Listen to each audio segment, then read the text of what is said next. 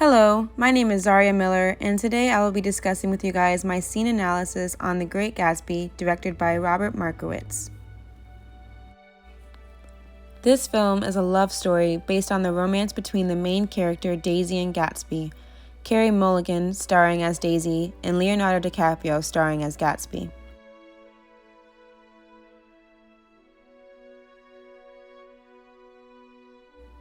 In this analysis, we will focus on the party scene in which Nick, played by Tobey Maguire, is officially invited to a party from Gatsby, whom himself and nobody has ever physically met. I found this to be the perfect scene to analyze since it simultaneously captures all of the digital elements captured at once.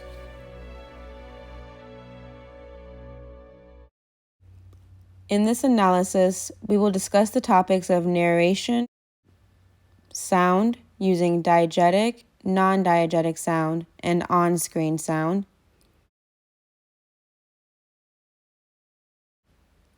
lighting techniques, graphics, and special effects. Starting off with narration, we see that the storyline of this film is told by Nick through his experiences. This is continued throughout the entire film and is also known as voiceover.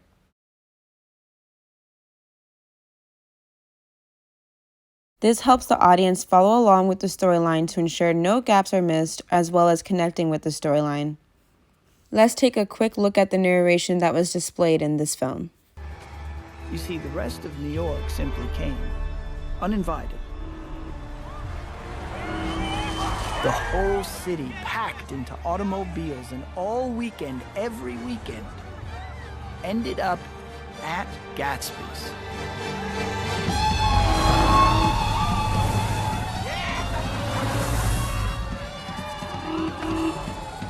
And I mean everyone, from every walk of life, from every corner of New York City. This kaleidoscopic carnival spilled through Gatsby's door. My invitation. Oh, just my throat. Moving on to the next digital element that was depicted in this film, we will be discussing sound. The sound projected in this film intertwines smoothly, incorporating both diegetic and non-diegetic sound, as well as on-screen sound. For diegetic sound, the man playing the piano is a form of diegetic sound because this is a sound that both the audience and the characters in the film can hear.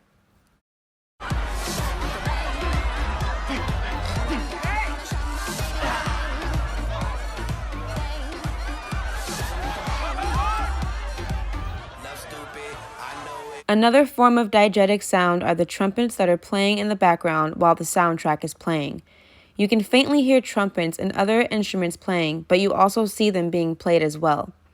This is known as on-screen sound. On-screen sound is sound that both the audience can see and hear.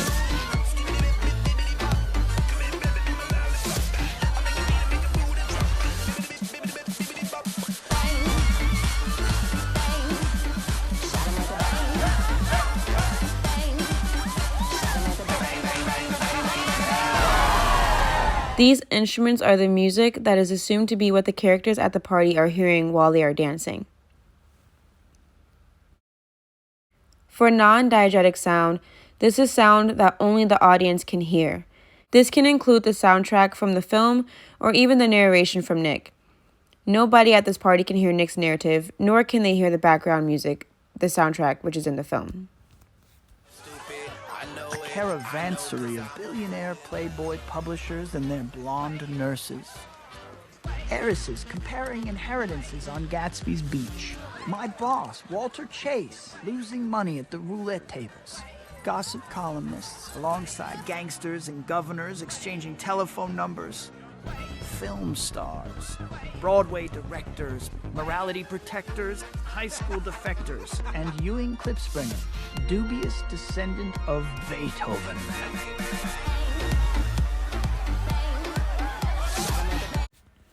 Now, let's focus on the lighting techniques used in this scene. When initially entering Gatsby's house, the lighting is sharp in contrast with dark shadows along with vibrant saturated tones and color. This is low-key lighting.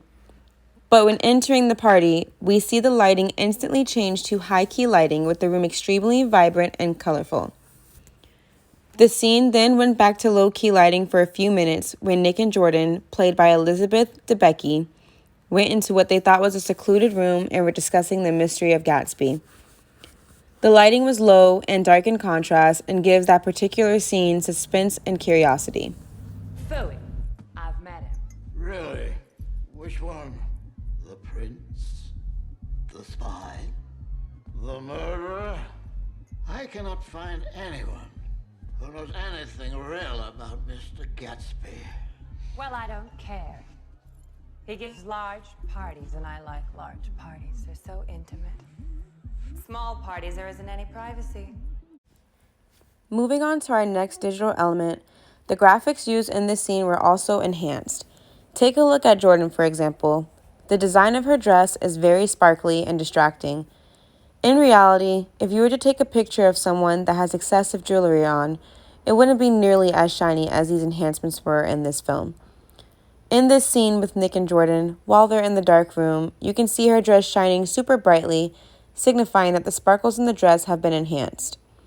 These enhancements are also included for all of the women in the party and just the entirety of this scene with vibrant colors due to the enhancements in the shots. With the production from the special effects crew of the film, The Great Gatsby had several scenes that depicted moments of special effects throughout the entire film. The entire movie in itself is essentially special effects or green screen. Gatsby's house is a form of green screen. It was never a real house. Another element of special effects used in this film is slow motion. When Nick finally meets Gatsby face to face after the curiosity of the audience still not knowing who he was, leading 30 minutes into the film, there is a dramatic introduction to Gatsby when he turns around and states, quote unquote, "I'm Gatsby." He then raises his glass in a cheers motion, and it is displayed in slow motion. This makes the scene more climactic and finally discovering who Gatsby was. In this exact scene as well, we have the fireworks shown behind Gatsby, which were also a form of special effects. Let's take a look at the final scene. Look around you. Rich girls don't marry poor boys. She's mine. Your face is familiar. Weren't you in the 3rd Division during the war? Oh, yes, the 9th Battalion. I was in the 7th. Excuse me. I knew you looked familiar. Having a good time, old Oh, sport? the whole thing's incredible. I live just next door. He sent me an actual invitation. Seems I'm the only one. I still haven't met Mr. Gatsby. No one's met him. They say he's 3rd cousin to the Kaiser and 2nd cousin to the devil. I'm afraid I haven't been a very good host, old sport. You see, I'm Gatsby.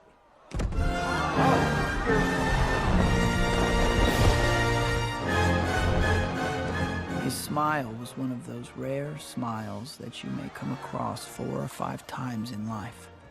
It seemed to understand you and believe in you just as you would like to be understood. This concludes the scene analysis for The Great Gatsby. Overall, I think this film is a great choice to pursue and dig deeper into its film elements since this film is entirely unique and extraordinary in its own way. Thank you for watching.